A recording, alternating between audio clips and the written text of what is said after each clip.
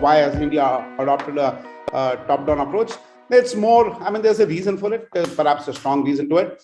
And this is largely from the context of international climate negotiations and so on. In my formative years in the development sector, there was a term that was often used. It said, think global, act local. I think it is more relevant today and in the coming years than ever before. I do think that the think global part is very much in place with the IPCC, with annual COPs, enormous time invested in writing documents in very good, but sometimes deliberately ambiguous English or any other language. I think there is voluminous data too generated by think tanks, academics, government departments. But the problem comes when you pick up a document about climate action and try to convert it into an implementable project or program at the grassroots. That is where, in my experience, I first encountered the disconnect between local and global. I believe that global thinkers are disconnected from the grassroots. Also, the local actors do not have access to the platforms that global thinkers do have, where they can showcase their needs or their local innovations for sustainability. Also, the grassroots is not something very homogeneous, where one size fits all kind of a solution will work. India or Asia, as I know it, are extremely diverse regions by any parameter. The fact that this diversity of lives, lifestyles, livelihoods would require unique solutions is not adequately understood or appreciated. So I think the point of this session of Climate Asia is to bring challenges of poor people living in remote rural areas, those who are most affected by climate change, into a larger global discourse. We can see that, especially when we travel to rural areas, we can see that they are releasing unnecessarily high emissions in going about their daily lives because of lack of awareness about sustainable energy options and hardly any access to sustainable energy products or services. If you could share your mode experience and how is it different from Mr. Srinivas and as well as Ms. Svati? How do you enhance and ensure capacity building and transformative? You are working a lot on policy convergence. So how do you do that? And also the need of, whether you believe in a bottom-up approach or a top-down approach, your thoughts?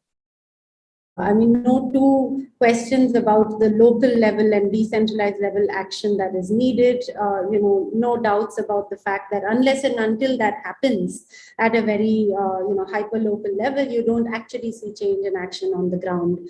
And I think this comes from also our own experiences of failing, not just seeing, what's happening outside, but where we've designed programs more on the supply side, working with state and setting commitments. Unless and until you have a district block panchayat level convergence, it doesn't really convert into tangible action, right? So I think definitely aligned, while the national and state level needs to continue to come up with, certain guidelines, best practices, and as Swati mentioned, also be much better informed from what's happening on the ground in order to do so. So to make sure that those guidelines and best practices are actionable. Also break down climate into pieces, like one of the things that we also realize is just giving climate as a whole to the health department and saying, these are a list of, 70 different things that need to happen to reduce and mitigation and do adaptation. No, I mean, I think we do need to break it up into chunks and look at, what are the different ways in which these can be institutionalized.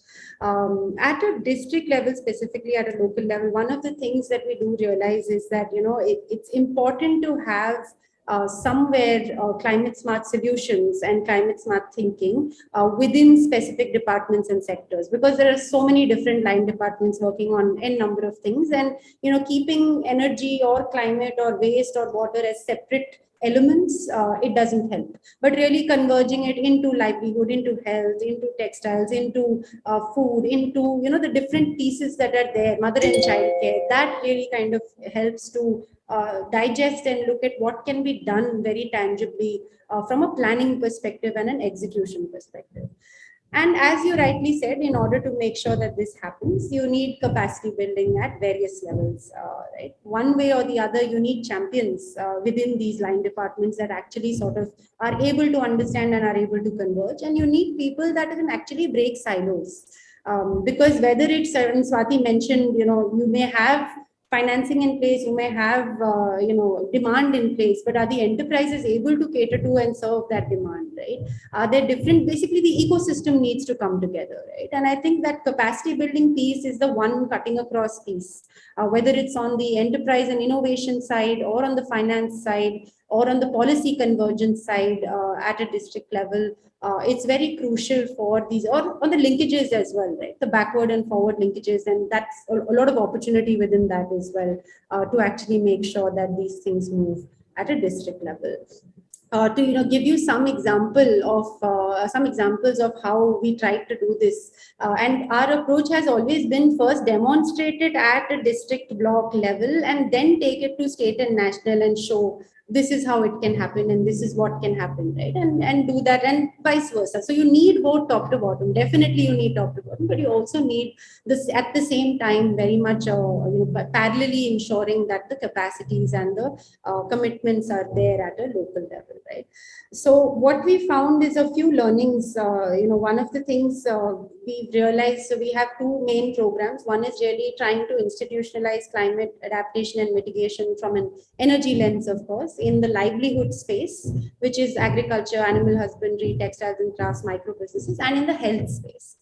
And both of these, I'll give you one example of the health space, for example. Now, when we work with the state level, like say, for example, in Karnataka, working with state, we're setting certain targets, right? It is not possible to make plans without keeping the ZP CEOs, the panchayats, and without doing capacity building and action planning with them and involving them right from the need assessment and program design level, right? And you need a lot more of these program designers within these. If we're actually going to sort of make the needle move by 2030, a lot of that is needed moving forward. There is lots of pockets of community action, local groups, community groups that have really organized themselves to address these issues, because honestly, no choice, right? Your livelihood, the majority of coastal communities and the fishing communities today have nothing to fish for because there is no fish. The coral reef is dying. It's really been whitewashed or bleached, as you say. I can just, even personally, just over a course of 3 years, you can see how the corals are changing. So that's how fast it's happening. And just like coastal communities in India or Sri Lanka, this is really the reality. So for us, we've really addressed it. We don't work directly with the national government, but we have seen, some positive legislation around banning of single-use plastics. I think always the challenge is the implementation and, getting this down to all to sort of comply, and that it's been fairly slow, and there have been no such, explicit commitments. We've seen some larger corporations which, have made these sort of commitments. But we've been specifically working with innovators who can work with community partners and communities, coastal communities and others to deliver some of these solutions. So just like what Svati was saying around sort of looking at what kind of solutions can actually work and really be scaled in these communities, I think that's the approach that we've taken as well. And we primarily, because of ocean plastic issues so big, that's where, we are focusing our work around. And there are two ways that, that we're really looking at it. Number one is looking at sort of the system of waste management collection through local government units, and what role can entrepreneurs and entrepreneurial solutions play through that. The challenge that we see a lot is that there's a lot of good intention, but a lot of the time work happens in silos.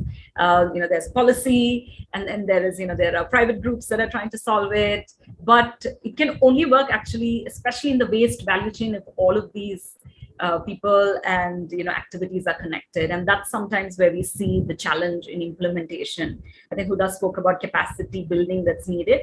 I think absolutely capacity building on how to really scale these solutions, because it's so early, as you said, Ashita, it's very early in terms of the number of entrepreneurs even solving this problem, right? Because it was not, sometimes it's seen as only, okay, government policy needs to solve it, but actually that won't do. And it's really a fight for our lives. So we have to, all different types of stakeholders need to be involved and are being involved. this adoption of low carbon technologies, or whatever we are talking about now, bottom up approaches, also require some kind of economic and social shifts. We do need an immediate transition, but as Huda talks time and again, and we also mention it often, ecosystem in which low carbon entrepreneurs can flourish, profit, and improve lives. It's a huge investment. It's a huge capacity building challenge. And it's not so much accepted that this is required, The other thing I have noticed also at every level is that we do not have a culture for change, It is, I think, a handful of social entrepreneurs who think they must stimulate change, they must show the way. You find a few, enthusiastic DCs who give you an audience. But if this has to be mainstreamed, I think both the mindset and the skill set are both in enormous short supply. So if we have to make a difference, I think information flow, is very important for transitions. But I think that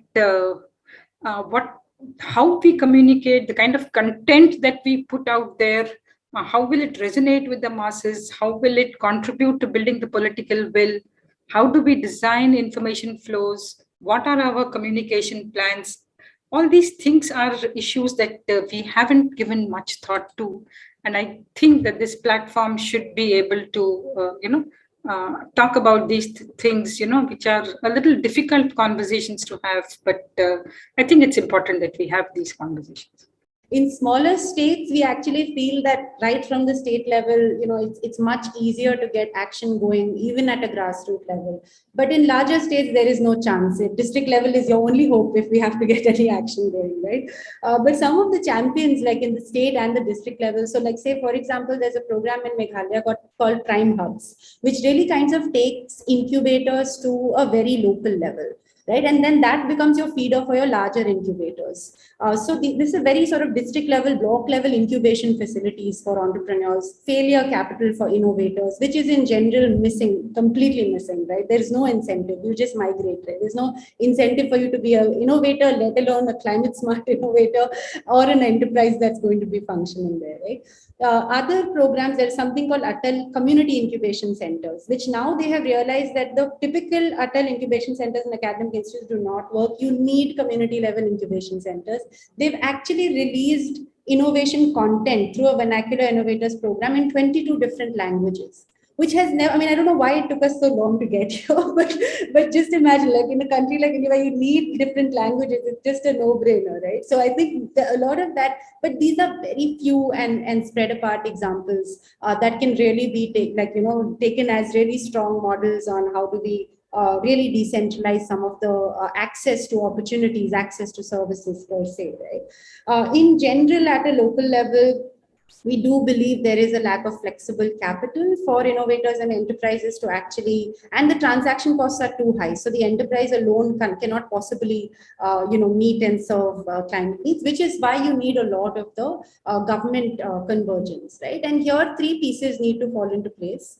One is, of course, the government convergence piece, right? With every scheme, every policy, every deployment, making sure that they're climate smart decisions that are being made, be it like a PMEGP scheme or a Sindh Mahila or a mother and child care, building Anganwadis, or be it anything, right? How do you make sure that all of those programs are one way or the other, making sure that they integrate adaptation and mitigation as part of their programs, right? The second piece is also philanthropy. A lot of times, like even if you look at district mineral funds, for example, or if you look at local CSRs or philanthropies that are there, a lot of times they don't know what and where to invest in when it comes to climate and how climate actually converges with the co-benefits that Svati was talking about, right? So it ends up going into street lights and whatnot, right? So a lot of that, I think, really directing philanthropy towards, climate and district goals. And the third is the finance. And I know that the finance, I've been working, I've started working in the sector over the past 12 years, and you always hear finance is the bottleneck. Unfortunately, unfortunately, it is the silver bullet. I think the moment we actually commit and converge financing goals towards climate smart solutions, everything we've seen changes. Apart from actually having a commitment, everything changes I mean, you actually have enterprises that are now saying, sure, we can do it because you have the supply which can actually sustain over time. On one hand, from an economist point of view, or from a climate point of view, one would argue that we should not we should do away with this kind of a system of free electricity supply. But on the other hand, if you do it, then the affordability, or how will the poor sort of are you going to remove the benefits from the poor? So I think we need solutions. And again, if you're looking at a decentralized renewable energy solutions in certain areas, how do you sort of make it equitable? And this is where I think the point that Huda is trying to make, that we need the financing, we need to make good solutions, sustainable solutions, affordable to people. I think we need to come up with something that works, is both climate friendly, at the same time is equitable. Maybe I'll just focus specifically on the work that we do around really helping very early stage entrepreneurs. And I think especially in a young market like the Philippines, there are climate and entrepreneurs working specifically on these issues, and climate also encompasses so many aspects. I think the challenges, going back to some of the points I made earlier, I think risk capital is not available at any quantum that is actually going to make a drastic shift, or helping these solutions get into these communities to solve some of these very, very urgent issues. So that for me remains like the biggest challenge. Yes, I think in the Philippines, yes, I think government money can help a little bit, and I think there is a lot of R&D funding that's going to startups, but we also really need venture philanthropy, and philanthropic capital that can absorb a lot of these risks also really need to come into play, especially to back climate entrepreneurs. As time is going by very, very quickly for all of us to save this planet, I think the urgency by which these solutions needs to be proven and scaled up, and all of the different stakeholders that need to come together to make this happen, I think still we have to be faster, and we get the reports, or have the big conferences, and then there is some momentum around this, but it needs to be. And I think as citizens, wherever we are, we have to keep up the pressure as well, and that's where I think we have to fight, right? This is the fight for our planet and our lives.